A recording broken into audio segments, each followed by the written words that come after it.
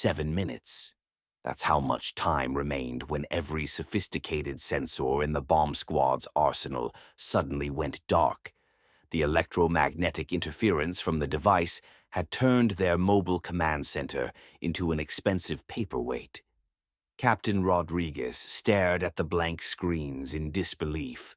2 years of training on cutting-edge equipment, worthless in 7 minutes. In the corner of the operations tent, Elena Kowalski was quietly threading a simple continuity tester, the kind electricians used before digital multimeters existed.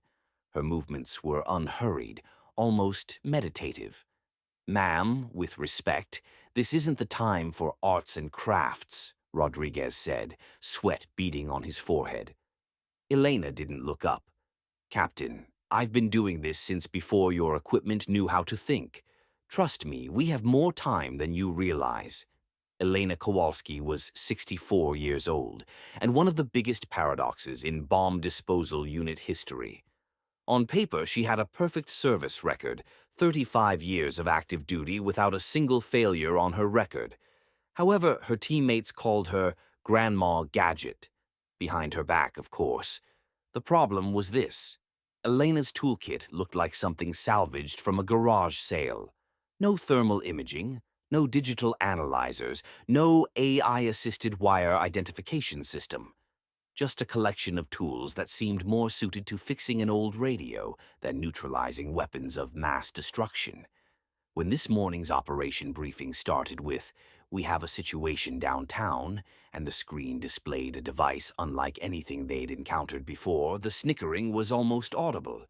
"Let me guess," Sergeant Martinez whispered to his partner. "Grandma's gonna save the day with her ancient wire strippers." 3 hours later, he would eat those words. The device had been planted in the main electrical distribution center beneath Manhattan's financial district. The location was no accident. This was the heart of New York's power grid. An explosion here wouldn't just cause physical damage. It would collapse the entire city's electrical system. "This is the most sophisticated device we've ever encountered," said Commander Sarah Chen, studying the data on her tablet.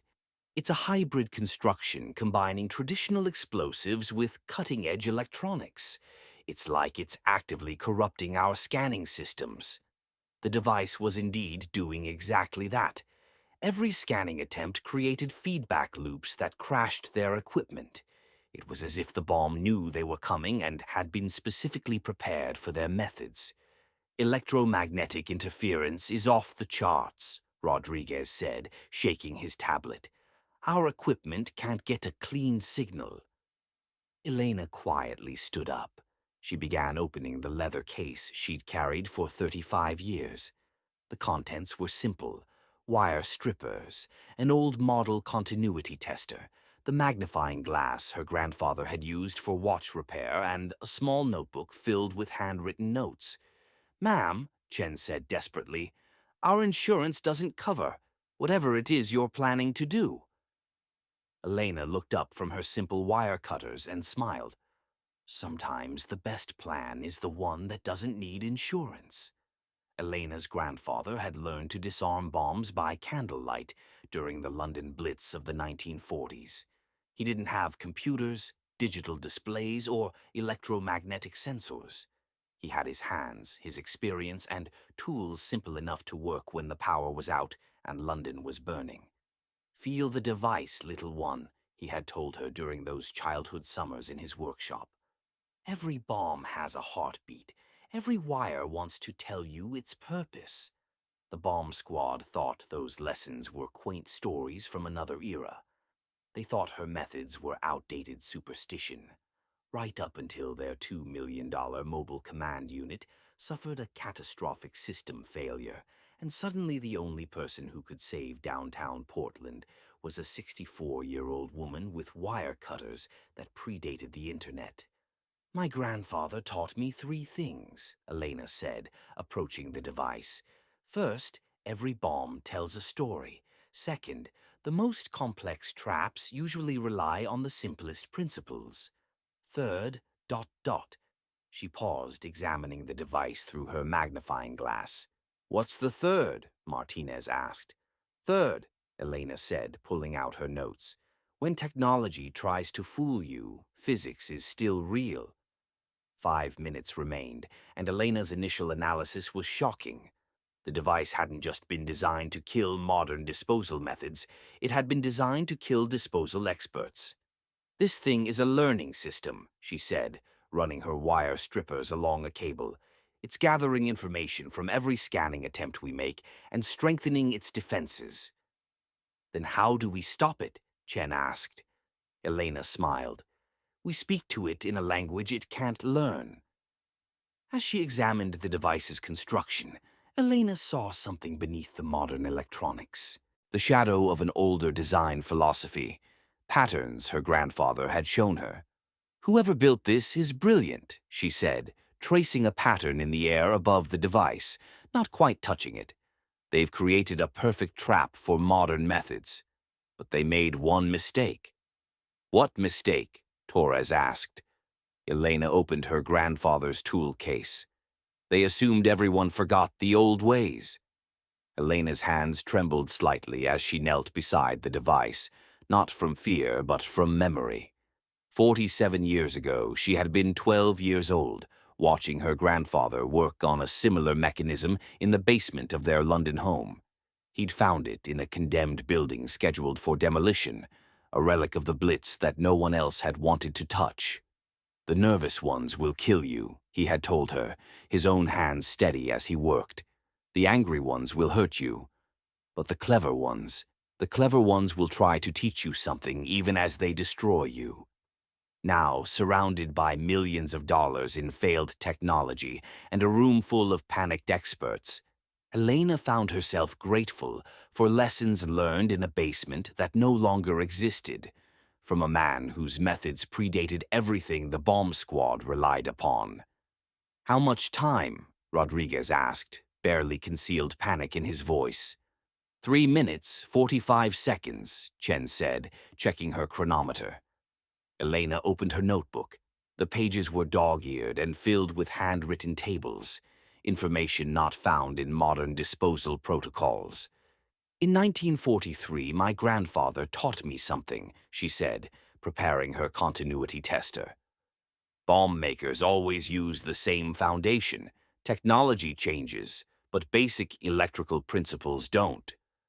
She looked at the device through her magnifying glass.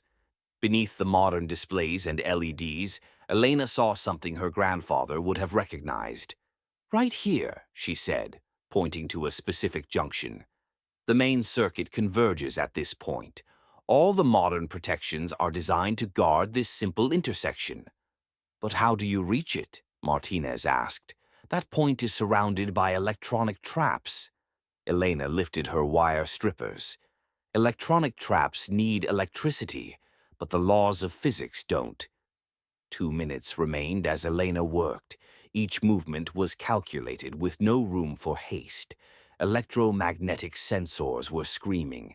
Digital displays were showing error messages, but Elena's tools were silent. Hold your breath, she whispered, repeating her grandfather's words.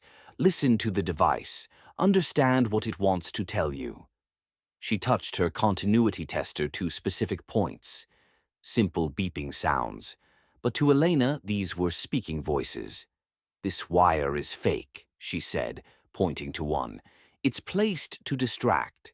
The real danger is here. She positioned her wire strippers.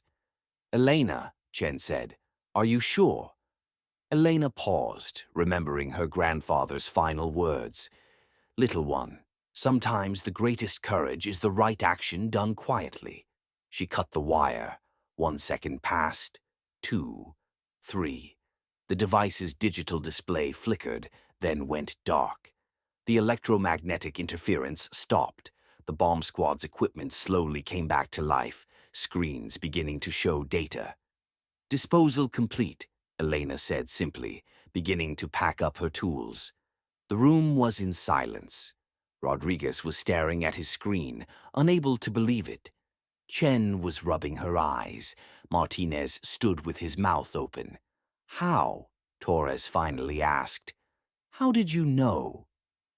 Elena closed her grandfather's tool case, because some lessons never go out of style, and some tools never become obsolete. As she headed toward the exit of the operations tent, Rodriguez stopped her. "Elena," he said, newfound respect in his voice. "That Grandma Gadget nickname. Yes? We're changing it to Master from now on." Elena smiled. Grandma Gadget was fine. There was never any ego in this work anyway. That night, Elena sat at home looking at her grandfather's photograph. The old man was smiling in his 1943 workshop with the same tools. "You were right, Grandpa," she whispered. "Sometimes the best technology is no technology at all." The next morning, the bomb disposal unit received a new protocol.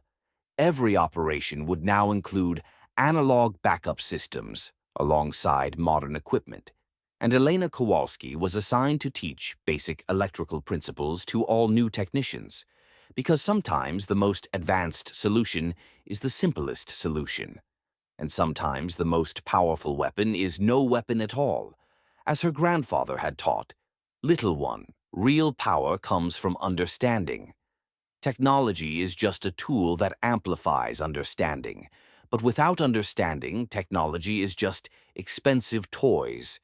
And on that day beneath Manhattan, a grandmother had saved the city not with toys, but with knowledge.